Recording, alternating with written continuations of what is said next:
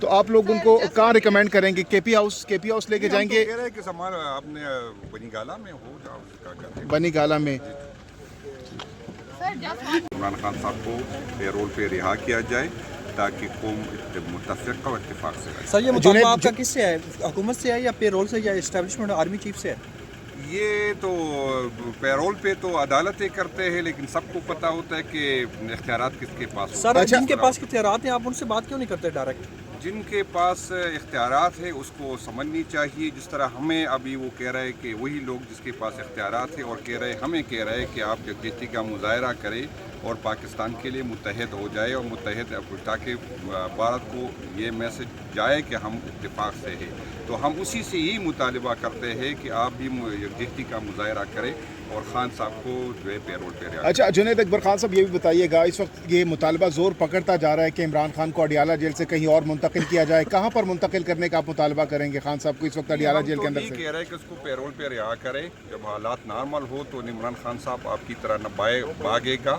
انشاءاللہ تعالی اس ملک میں رہنا ہے اس نے، اور یہ آفر پہلے خان صاحب کو تھی. اگر اسے باہر جانا تھا تو یہ آفر پہلے دن سے تھی.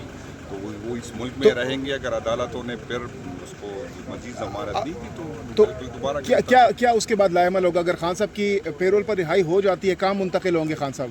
نہیں، یہ تو ریاست نے فیصلہ کرنے خان صاحب نے. مودی اور نواز شریف کی نورا کشتی چل رہی ہے. دیکھیے پہلی بات یہ کہ استعفے دینا ہم اس سے پہلے بھی دے چکے ہیں. عمران خان صاحب کا مینڈیٹ ہے، وہ اشارہ کریں گے. اس جعلی ایوان میں بیٹھ کے ہمیں کیا فائدہ ملے گا؟ کچھ بھی نہیں. اس ایوان کی حیثیت کیا ہے؟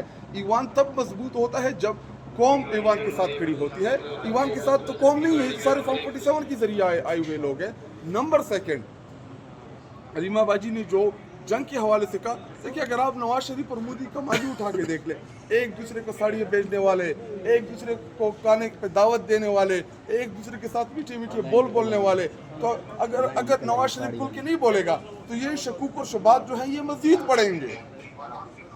بڑھیں گے.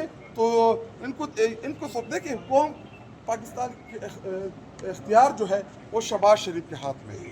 وزیر اعظم تو وہی ہے، فارم 47 کے ذریعے ہے، جو بھی ہے، لیکن پرائم منسٹر تو ہے نا اس ملک کا. جعلی صحیح لیکن ہے تو جو سٹیپ لینا ہے تمام کی تمام ذمہ داری شہباز شریف کے اوپر آتی ہے. پوچھ لے لوگوں سے، کیا کہتے ہیں؟ بس آپ خود ہی کیمرہ ہے نا آپ کے پاس.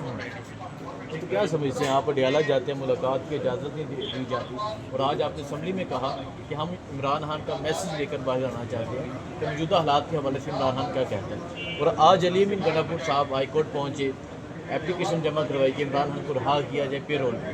اس پہ کیا کہیں گے؟ دیکھیے ایک صوبے کا چیف ایگزیکٹو جو کہ چیف منسٹر ہے ایک صوبے کا، جس کو 2.5-3 کروڑ لوگوں نے منتخب کیا ہے، اس کو آپ ناکے پہ روک کے آپ ملنے نہ دے. اور ایک پولیس سپاہی اہلکار وہاں پہ کھڑے کیے ہیں جن بیچاروں کا کوئی قصور نہیں ہے. میں ان کو قصوروار نہیں سمجھتا کیونکہ ان کے اوپر سے آرڈرز اور ڈائریکشن آتی ہے. جب آپ ایک صوبے کی چیف منسٹر کو ناکے کے اوپر کھڑا کریں گے اور اس کو ملنے نہیں دیں گے، ہم عمران خان صاحب کے ساتھ انہی ملک کے حالات کے اوپر ہم نے وہاں پہ بات چیت کرنی تھی. اگر وہ بول لیتے ان کا کوئی ایسا پیغام جس سے پاکستان کو فائدہ ہوتا، پاکستانی قوم ان کو سنتی ہے، ان کی مانتی ہے، ان کو سننا چاہتی ہے، اس میں کیا غلط ہوتا؟ ہم پارلیمان کے ممبران ہیں، آپ نے ہمیں روک دیا ہے، آپ ہمیں روک رہے ہیں، کیوں؟ کیا وجہ کیا ہے؟ میں اندر جا کے کیا کہوں گا؟ ٹھیک ہے، تو آپ کے سمجھتے ہیں جو موجودہ حکومت ہے انہوں نے ایسا کوئی پیغام نہیں دیا جس سے ایک میسیج جائے یا قوم اکٹھی ہو جائے؟ مریم نواز کا مجھے کوئی سنگل کلپ اٹھا کے دکھا دے، سنگل. میں چیلنج کرتا ہوں. قومی اسمبلی میں تقریر ہوئی، شہباز شریف کی، مودی کا نام نہیں لیا. نواز شریف اس نے منہ کو زیب لگائی ہوئی ہے اس ٹائم. ایک سٹیٹمنٹ دکھا دیں مجھے، سنگل سٹیٹمنٹ. میں میڈیا کے اوپر چیلنج کرتا ہوں کہ مجھے غلط ثابت کرے. دیکھیے قومیں جو ہیں اس کو لیڈر لیڈ کرتا ہے. وزیر اعظم جو ہوتا ہے یہ فیس ہوتا ہے پوری نیشن کا. تو جب آپ کا وزیر اعظم صحیح طریقے سے جواب نہیں دے پا رہا، دیکھیں ہم جنگ کے حق میں بالکل نہیں، میں نہیں کہتا کہ ہمیں جنگ لڑنی چاہیے. دیکھیں جنگیں جو ہیں یہ قوموں کو تباہ کر دیتی ہے، لیکن جب آپ کے اوپر جنگ مسلط کی جائے، جب آپ کے پاس دوسرا کوئی راستہ نہ ہو، تو اللہ تعالیٰ نے تو قرآن میں ہمیں کہتا ہے کہ جہاد جو ہے وہ ہر مسلمان کے اوپر فرض ہے. پھر تو آپ کو لڑنا ہوتا ہے. پھر یہ آپ نے یہ نہیں سوچنا ہوتا کہ اس میں نفع کیا ہے نقصان کیا ہے. وہ آ کے ہمارے لاہور میں، ہمارے پنجاب کے اضلاع میں، کشمیر میں ہمارے کشمیری بھائیوں کو، بچوں کو شہید کیا ہے. وہ آ کے ہمارے اوپر ڈرون کر رہے ہیں اور ہم ہاتھ پہ ہاتھ رکھے ہوں گے. دیکھیے باقی ہمیں اپنے دفاعی اس کے اوپر پورا کا پورا یقین ہے کہ ہماری فوج کی یہ صلاحیت ہے کہ وہ ہمارا دفاع کر سکتی ہے، بہتر انداز میں کر سکتی ہے. دنیا کی چوتھی بڑی فوج ہے الحمدللہ. اس کے علاوہ ویل ٹرین ویل ایکسپیرینس ہے. لیکن ان حالات میں پولیٹیکل لوگوں کا بڑا کردار ہوتا ہے. اپنے دوست ممالک کے ساتھ کنٹیکٹ کرنا ہوتا ہے، اپنی دنیا کو کنونس کرنا ہوتا ہے، اپنے ساتھ ملانا ہوتا ہے کہ دیکھیے انڈیا جو ہے وہ بار بار پاکستان کے اندر جو ہے وہ ریٹیلیٹ کر رہا ہے. تو جب آپ دنیا کو کنونس نہیں کریں گے، دنیا کو اپنے ساتھ نہیں ملائیں گے، تو انڈیا کے اوپر کون پریشر لائے گا؟